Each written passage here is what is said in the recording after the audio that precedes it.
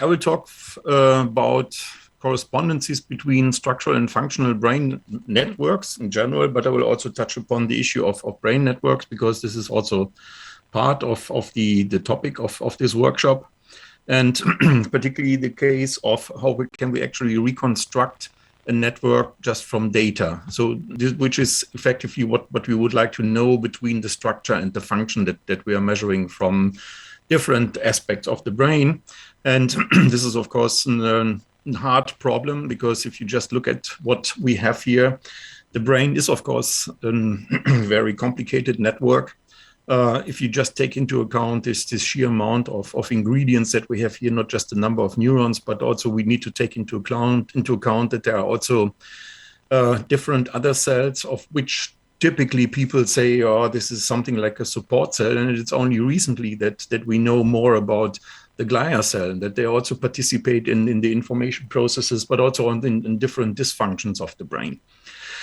The next issue that we are faced with here is that this is an open system. So in any case, what we will do, we could stop here and say, forget about everything that we know from mathematics or physics. We need to do something with this system in order to understand this. But it poses already some kind of extreme complicatedness and complexity, also in terms of analysis techniques. The other issue that we would need to take here into account, not just the openness, but also that this is an adaptive system and it is designed to learn. And this is also a crucial aspect here, namely that this system, once you try to perturb it, it will probably learn this perturbation, and then it goes in some completely different direction. Next issue that we have to take into account here is that particularly when it comes to function or dysfunctions, this is extremely rich, and identifying what is what just from observation of some dynamics that we know from the brain, be it the electrical activity or whatever we are measuring here, then inferring back to what this actually is, what kind is this, maybe holds for some very simple functions, but there are many other high level or higher level function. I just mentioned here some of them, which is extremely hard to identify. So this is an extremely complicated system, and the network ansatz has shown over the last 2 decades that it's extremely important to understand more about these complicated systems, not just in terms of the normal functioning and the normal structure, but also in terms of some kind of often aberrations in terms of structure and functions. So the question is, what can we infer and how can we do this? This is one of these topics of this workshop. How can we infer the structure from, or the function from data? The structure, measuring the structure of the brain is, if you just divide this into what is a small scale in the sense of what are basically the central ingredients, be it some kind of cells, so the neurons or the glia, and the connections between them.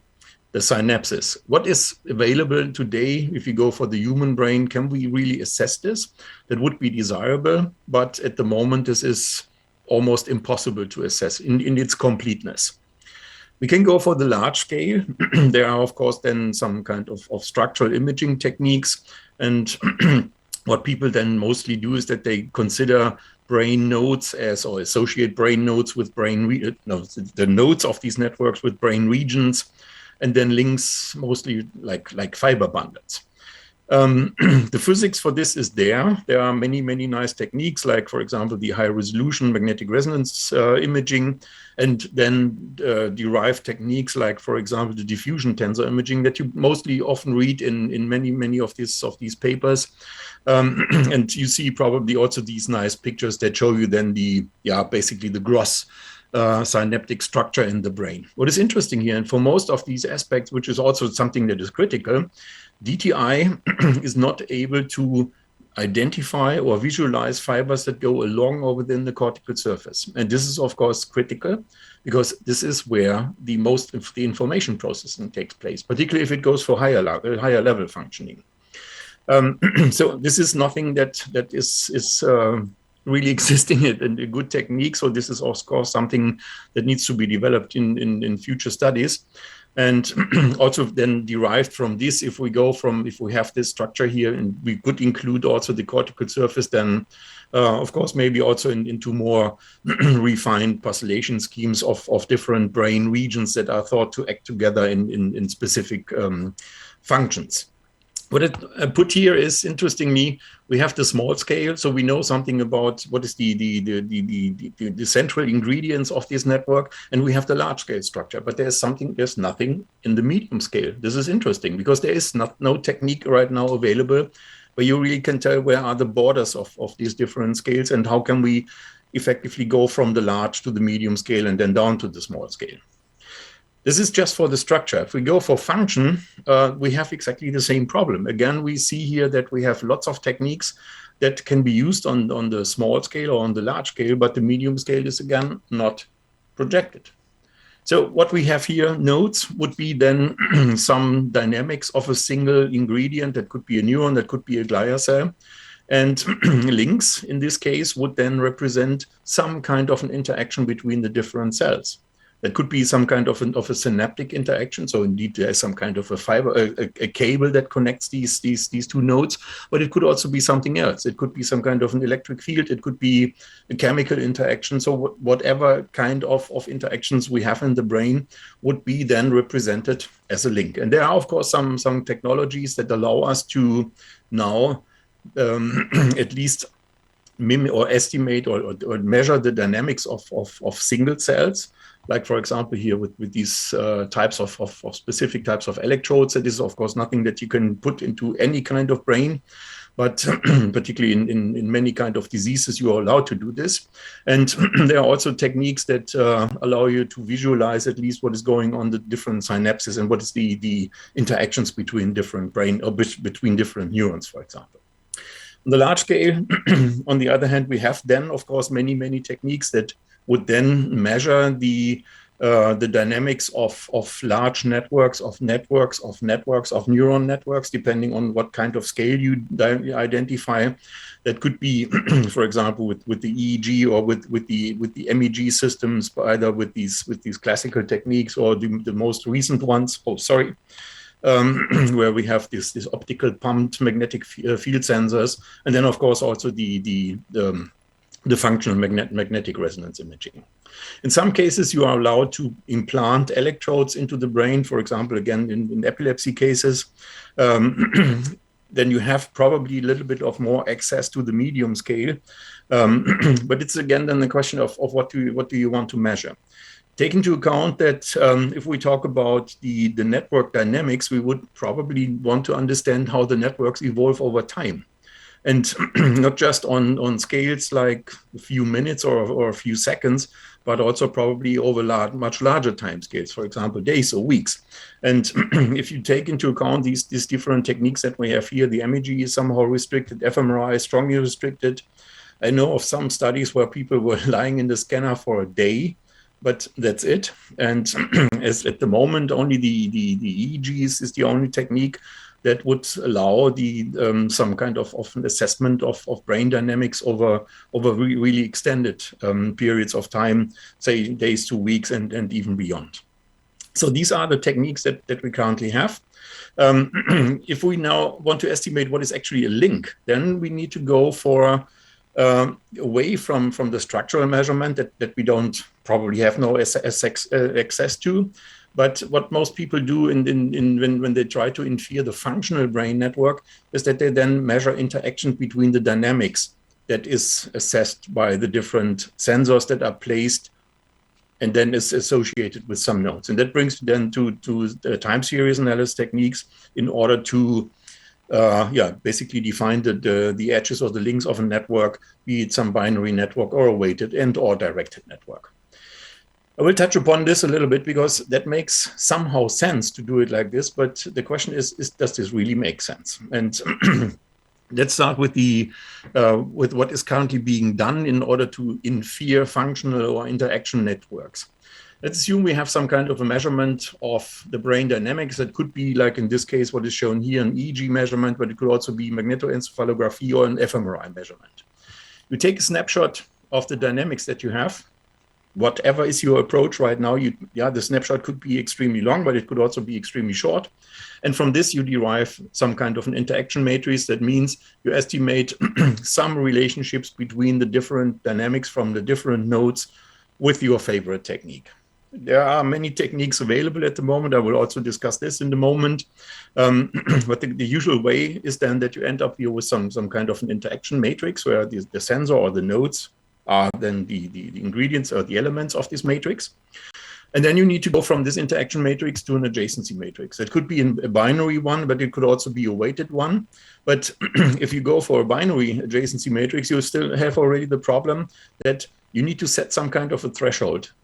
If this is now arbitrarily chosen, or you do some kind of significance testing, or whatever you do, this is the first step where you could make some errors, because you can then either could miss important links or not.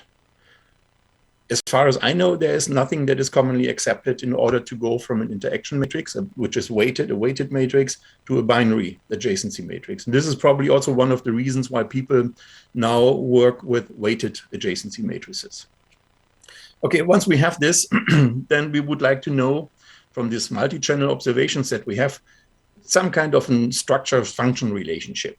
And if you take this ansatz and you say, okay, this network consists of these different nodes and links, you try to characterize this in terms of a binary or weighted or directed or weighted and directed. This is, of course, then the purpose of the study that you are doing. And then you have this network, and then you need to try to understand what can I do in order to characterize this network.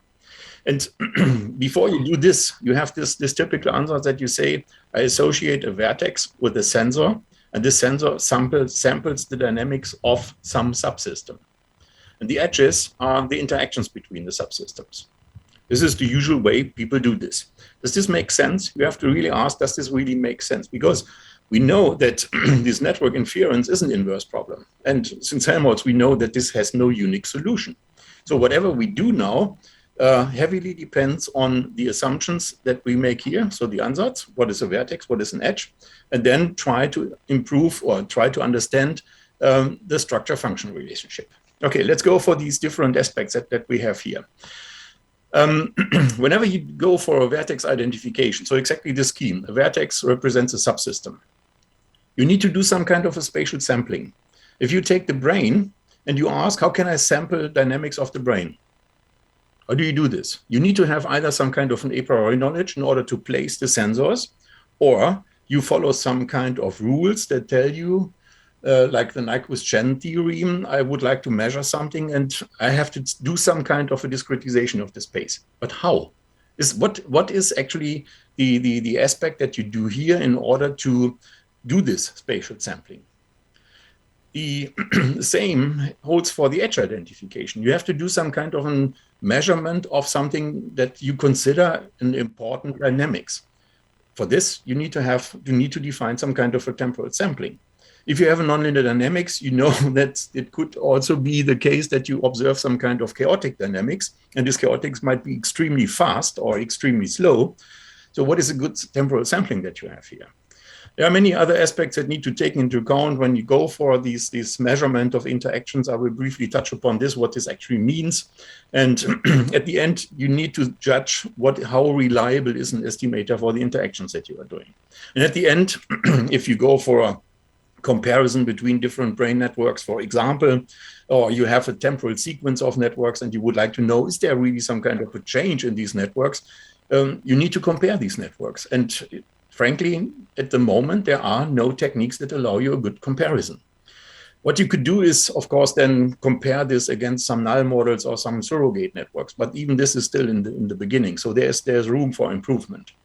So let's come to the vertex identification first. This is something that holds for any kind of spatially extended system. That could be the brain, but it's also an issue in the climate world and in many other cases.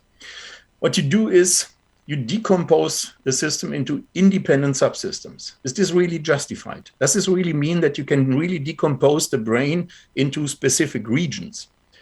If you do this, you probably rely on previous observations where people told, yeah, this makes sense because this brain region does this and that brain region does that. But where is this derived from? And does this really make sense that you consider these as independent subsystems? Because later on we are looking what is going on if we study interactions between the systems.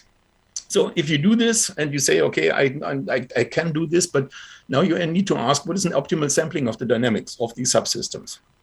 If you don't know the spatial organization of the subsystems, and this is the typical case that you have here, how to place the sensors, you can go for something like an educated guess. And what many people do is that you say, okay, first approximation, let's take some kind of a rectangular arrangement of the sensors. But by this definition of the placement of sensors, you end up with a regular network. So in the worst case, you end up with something like a grid. Yeah.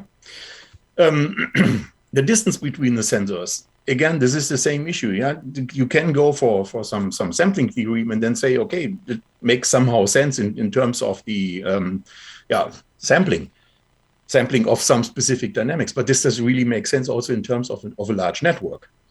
If you don't have the knowledge about the systems dynamics or the subsystems dynamics, you are lost. And this is exactly the problem that we are faced with here if it goes into the studies of brain networks.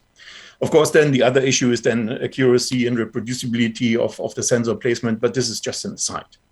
Okay, as far as we have like this, we can say, okay, this ansatz appears justified in many cases, but you need to take into account that just the sampling can lead to a complete mischaracterization of network properties. And this has been repeatedly shown, and just mention here one paper that we did already more than 10 years ago, where we observed that there in the literature, there are tons of claims about small world structures of some real world networks. And the question is this really small world or not? Or is this just imposed by the sampling? And we could show that just the ansatz that you make, that you take a regular grid in order to sample the dynamics of the brain, for example, will automatically lead to a small world network. So in this case, you need to ask, the interpretation of networks in this sense should be really taken with a grain of salt. And of course, you can answer the question, are there better techniques or are there better approaches? But to my knowledge at the moment, most people don't care about this. Yeah? So just take this into account that just the vertex identification can lead to a wrong interpretation of network properties. The same holds for the edge identification or similar finding or similar problems arise here. The first issue is, of course, what is a good observable? Is it really justified to say the EEG is a good observable of the brain dynamics? Or should we go for the magnetic counterpart? Or should we measure something like from the fMRI, where you have a secondary effect that you assume to be somehow related to the dynamics of the brain? Same issue with the temporal sampling. This is also something that you can quite easily show. Take a random network, place some dynamics on this, and do a wrong spatial sampling or a wrong temporal sampling. That can also lead to small world-like properties, just because you have sampled or have no idea about how to study something like a network from which you do not know what properties does this have. And then comes the issue of the measurement of interactions. I will briefly touch upon this because this is also something that needs to be taken into account when you study or want to set up an edge. And then, of course, there are many confounders that could lead to a misinterpretation of these interactions. So what is this? What is an interaction? We are currently interacting. I'm talking, you are sitting there and listen to me. So what you typically do is either some kind of an active probing, like in the Newton sense, you perturb the system and then study the response of the system mostly in terms of some kind of a relaxation phenomenon. Then you have the issue that, particularly for the brain or also for other systems, one single perturbation is not enough because it's buried somehow in the noise, in the background dynamics. And what you then need to do is design a good experiment, do some kind of repeated measurements, and take into account that the non-stationarity of the system might impose problems, and so on and so on and so on. Yeah, at the end, you end up with a brief description of a relaxation phenomenon, and you need to ask, is this really the true dynamics that you're measuring, not just the perturbation response of the system. If you can't probe, and this is, of course, then an issue that you mostly have also in large systems, you can't probe the climate. This is, of course, something, and in many cases, the perturbation that you would do in order to study the brain would also not be possible. So in this case, you can only observe.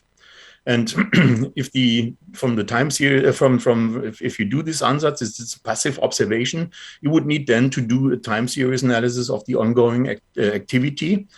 That, of course, produces then enough data, but you have again take into account it's highly non-stationary what you are measuring there.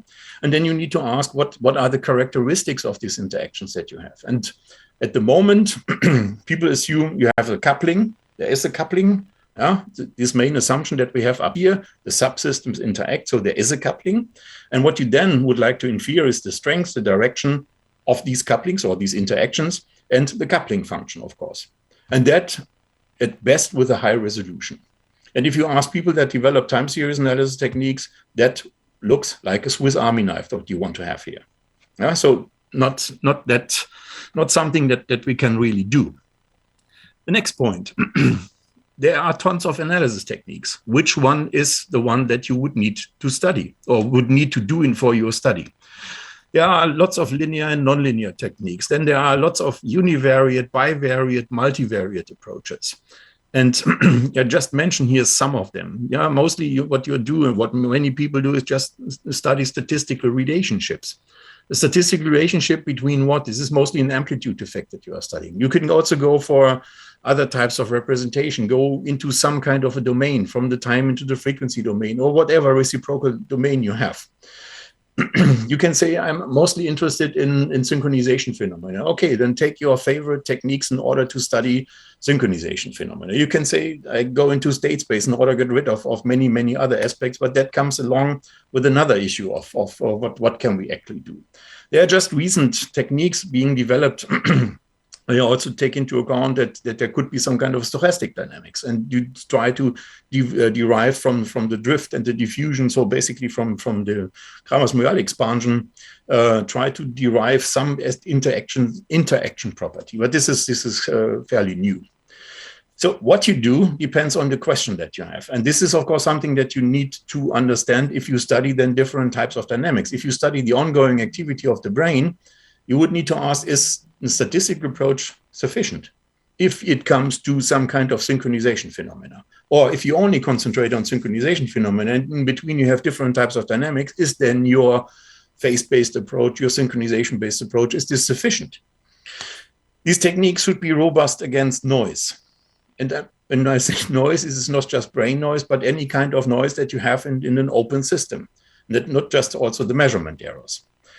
The properties of these couplings, I mentioned this already. In particular, if you go for field data analysis, computation time is, of course, an issue. And then comes the interpretability. Many of these techniques are fooled by direct or cannot really distinguish between direct and indirect interactions. And there could be something like a common source. Where you have some kind of similarity between the dynamics that is not just because the brain regions or the dynamics of these brain regions that you are sampling is similar, but it's just to the effect that you have placed your sensors such that you're capturing both almost the same dynamics. Yeah? So you basically sample one of these subsystems, oversample one of these subsystems. If it goes to directed networks, there are many claims about causal relationships.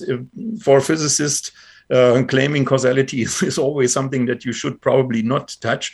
But many time series analysis techniques are just being used because there is some term like causality inside, and people just use it and say there is a direct link between this and this. But you need to prove that this is really the case. So, just if you try to assess these couplings from time series, that is notoriously difficult. And there are many influencing factors that are even today poorly understood. And this is also something where people should go, and also in that direction. If you try to infer couplings and also directionality from data, much more work needs to be done in order to have good estimators for the different types of dynamics. And even if you say, I can live with this type of estimator, make it as reliable as possible. So another point, this is also something that needs to be taken here into account. What most of these techniques do is only consider pairwise interactions. Is this really justified that you say, I would like to study the interactions of a network, and you only consider pairwise interactions? So that there will be also talk about of higher order interactions, which goes into the direction of what is mentioned here as the true multivariate approaches. The techniques are currently being developed. The methods are there. I'm not aware of any kind of time series analysis technique that would allow you to identify higher order interactions. But this is something that needs to be done in the future, and then also show not just the applicability, but also the added value that you get from these higher order interactions. So is this really more what you learn if you go away from just pairwise, but also to triplets or higher order interactions? Also take into account that whenever you study these complicated systems, and this is something that is currently in the summarized under the umbrella of network physiology, it could even be that you take into account that you measure some kind of interactions between vastly different systems. Take, for example, the brain and the heart. If you ask for interactions between these systems, if you ask physiologists, they have no idea what kind of interactions there are. And this is the most critical issue here. What you would need to do is some kind of a matching of the different timescales that these systems is. And if you have nonlinear dynamics, and it goes for fast slow systems, what are you actually measuring there? So there are many open questions when it comes to just for the assessing of the coupling from time series, and then of course, which is then the basis as this is an edge in my network. If it then comes to the comparison of networks, so you ask for what is the similarity between empirical networks? Either you take from the brain different kind of recordings under specific situations, and you ask, are these networks that I have here for these specific situations, are they identical? So what you do then is group statistics, or you try to detect changes. People go for temporal networks, they go for multiplex networks, they go for time-dependent multiplex network, or whatever currently is available. If you have this, these techniques require very, very hard constraints, or put some hard constraints onto these networks, namely, as the simplest one, that these networks need to be identical in the sense of that they have the same number of nodes. What will happen if you have networks where the number of nodes change over time, or the edges change over time, or the edge density changes over time? For some of these aspects, you have already some kind of statistics, but most distance measures that are currently available are completely useless for these empirical networks. And then you need also to ask what can be trivially expected. Just because you have some kind of noisy contributions, you see a change. How can you differentiate the change that you see from something that is to be trivially expected? And then if you have this technique, or if you have some kind of an interpretation of your findings, you need to go back to Occam and ask, is this network approach really necessary? Or are there much more simpler techniques that would give you the same kind of information? If you go for an interpretation, what we currently do is there are some null models or surrogate networks. And what most people do is that they compare their results to random graphs or lattices, because there we have at least some kind of analytical results. And what you can do there is then set some kind of prescribed properties, for example, the degree distribution or the edge density or whatever is available. If you don't have this, or if you have no idea about what can you actually do, the only thing that remains is then try to generate something which is called a surrogate network and do some kind of Monte Carlo simulations. In this case, you can then preserve many other properties except for the degree distribution, but you can also define constraints. You can do null hypothesis testing. So the whole story about Monte Carlo simulation can be done here. There are, of course, some first techniques available. But this is rarely used, interestingly, although methods are there. You can also go back further step down. There are many surrogates that had been developed for on the time series level. So even there, you can start and try to compare what trivial aspects can I expect from my data if it is being generated from simple elements.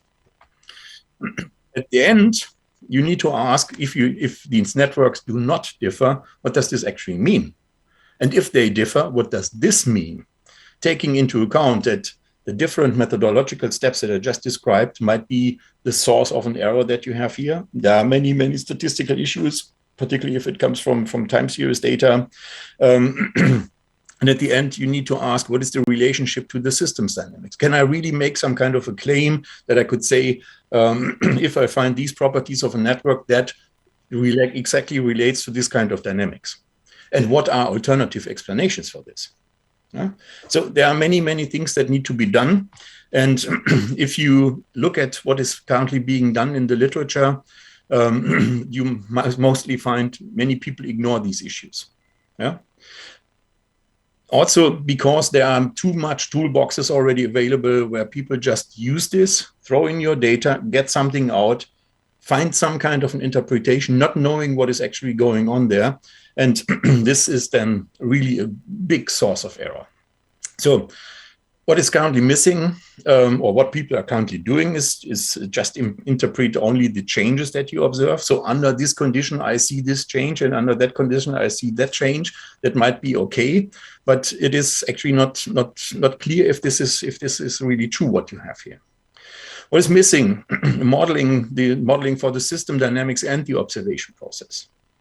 So the system dynamics can, of course, be simply modeled, but taking into account the different ways how the dynamics has been measured. So the whole observation process, that also needs to be taken into account in order to have some kind of ground truth, or defining ground truth, in order to say, if I see deviations, I know it comes exactly from this. Another point, and this is also something that I would like to show next, is to test the correspondence between structural and functional brain networks if we do modeling and numerical simulation. And this is something that I would like to show. There are many things that need to be done, and I will come back at the end in order to improve of these methodologies where we could go into specific directions. So testing correspondence between these structural and functional networks. We thought we do this with a modeling approach where we say we study the dynamics of networks with different coupling topologies. And we used some networks, the paradigmatic network, so the small world network, the scale-free networks, a random network. And we put some kind of paradigmatic oscillatory dynamics on top, because what we would like to know is, how do specific aspects of a possible relationship or a possible correspondence between structure and function, how does this actually relate to the different dynamical regimes that we observe here? In this case, we can then set these network parameters. These are, of course, control parameters. We can define then some kind of a coupling on these networks, and we can study the whole dynamical regime between the fully uncoupled dynamics to the fully synchronized dynamics.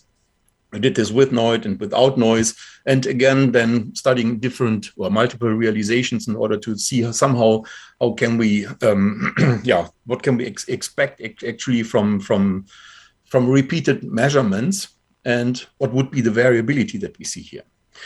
Also then take different time series analysis techniques to study these interactions, and we only concentrated here on the strengths of interactions, and we use something that is simple, but something that is often used in brain studies, namely basically the cross-correlation function, but we only take the maximum lag, because there are possibly some kind of delays in brain networks, and in particular if we do for oscillators, there could also be some delays in these networks. On the other hand, we can say, okay, this is just oscillatory dynamics. I don't want to go into synchronization phenomena. I just want to say, okay, this is just some kind of exchange of information. And then you go for something that comes from information theory, and we used here the mutual information as an alternative to estimate the strengths of interactions. We know that both these techniques have been shown before in pairwise studies, so to take pairs of oscillators. that they indeed are some kind of proxies for the coupling strengths that you have in these cases.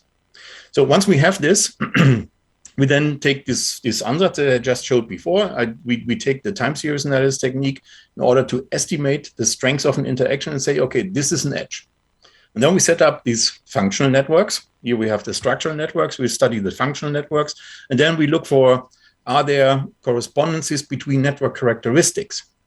Yeah, so what many people do in the sense that, does this network has the same clustering coefficient? Is the path length structure, is this the same? What about associativity or synchronizability or whatever? And then we go down to the scale of the of single vertices and single edges, and there we look for centralities.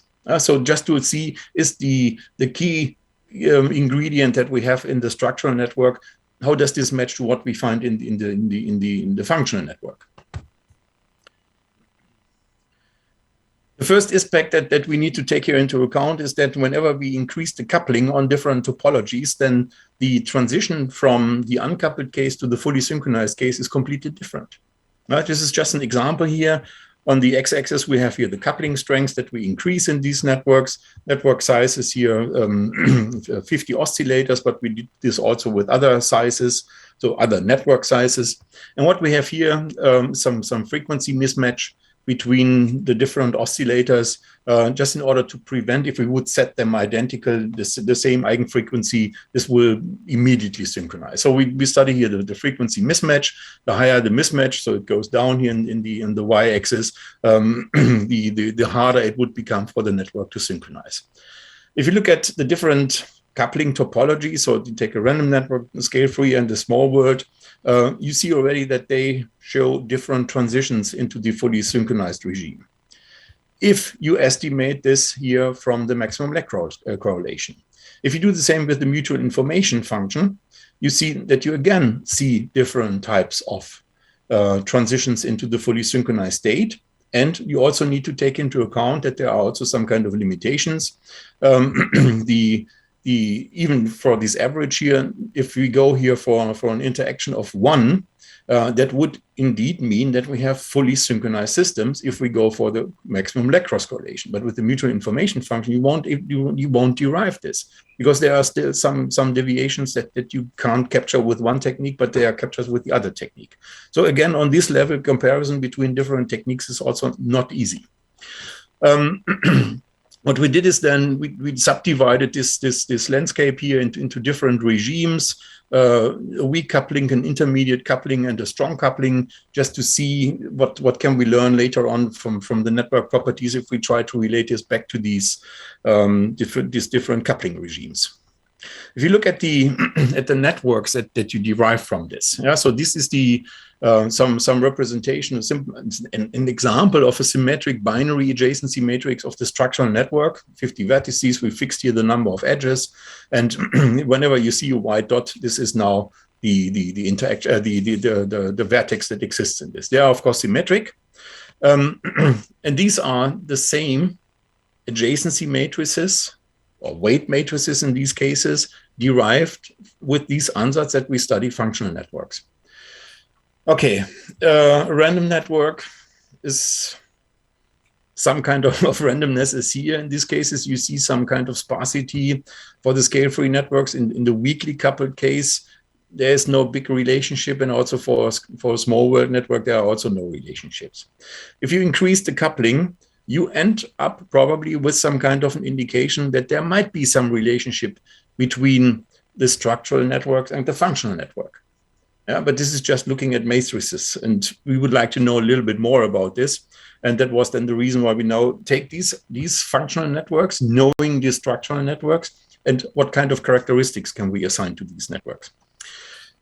Let's take the global ones, the global network characteristics first. So the clustering coefficients, the average path length, associativity, synchronizability. And what is shown here is now the relative difference between the structural, the functional network with respect to the structural network. So everything is normalized in these cases. And what you see here that this, and we look again at how does this depend on the network dynamics characterized with the different time series analysis techniques. And what you see here is typically deviations in the order of several 100%. Yeah? So there is no relationship on the global level. You can sometimes find relationships between some of these network characteristics from structural and functional networks if you go into the uncoupled regime, interestingly. This is in many cases something that is typically not studied because many people study the synchronized regime, but not the unsynchronized regime. Some cases, particularly for synchronizability, you find again sometimes or for some interaction strengths, you find some relationship between structure and function, but this is mostly due to the degeneration of the eigenvalue spectrum that you observe here. What about if we go down to the level of single nodes and edges? We have here an estimate of the betweener centrality of a vertex or the eigenvector centrality of a vertex, and we compare now the whole centrality spectrum that we estimate for each and every vertex in the structural network versus the functional network, and then we look for correlations. Any kind of correlation that is above this gray bar that we have here would be significant. Again, in many cases, you see significant relationships between structure and functional network, but that's it. It depends heavily on the type of network that you have, on the coupling topology. It depends heavily again on which kind of technique you apply in order to estimate the strength of an interaction. So no general claims, but what you find in most of these cases, again, the unsynchronized regime, so the weakly coupled regime, is where you find some kind of relationships. Let's go down to the level of single nodes. This is here for edges. Again, you can't see this gray bar, but this is something here in these cases here. There are some cases, again, particularly in the scale-free networks, where you have strong relationships between the centrality distributions that you have in both of these networks. So on this level, there's already some kind of an indication that particularly for local characteristics, there is some kind of correspondence. And eventually we asked, what about the very local scale? If we say, take the centrality estimate take the centrality as an estimator for the most central or the most important constituent in a network. And this is quite interesting here, because in many cases you see, these are the black bars that we have here, that in many cases the correspondence between which is the most important node or which is the most important link in a network perfectly match. Not in all cases, but if there is no perfect match, then the most important link or vertex is mostly then in the neighborhood. So if you would project the structural network into the functional network, it is mostly the nearest or the next nearest neighbor. Yeah.